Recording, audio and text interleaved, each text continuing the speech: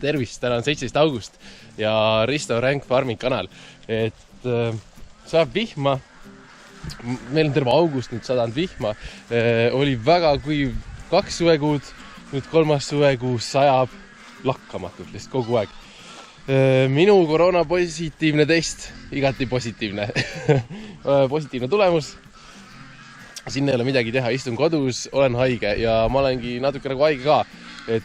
Täna enam palavikku pole, aga sükene väsinud ja nagu haigusega ikka.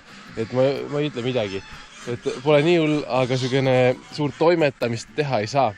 Igapäevatööd ikka pean sita, toimetan lindaloomi. Aga üks päev oli natukene,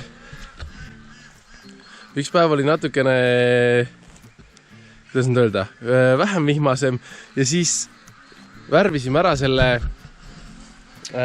raami, Makena puuri raami ja see on nüüd värvitud.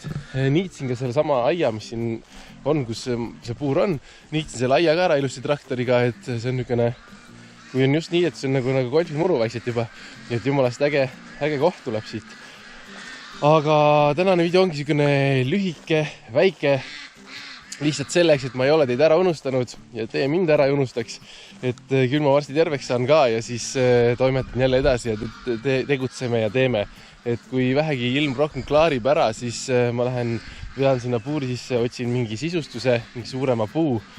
Toon selle metsast ära ja tegelen sellega vaikselt edasi, aga mitte kindlasti nii hoogsalt, kui ma muidu teeks.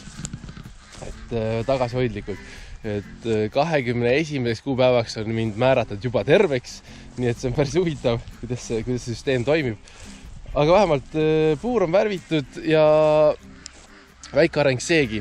Ma ütlen, ma ei hoia teid kuidagi rohkem kinni, sest mul ei ole väga näidata midagi, põengi oma haigust ja saan terveks. Teie püsige terved, olge tublid, tehke toredaid asju. Näeme kindlasti järgmine video, isegi kui ma olen ikka veel haige, siis ma väikse jupi teen ikka, et hoian teid kursis. Ülplõis on äge ja kindlasti lõpuks ilma tahtki ilusas. Ma väga loodan, et see vihm takistab päris palju. Tšau!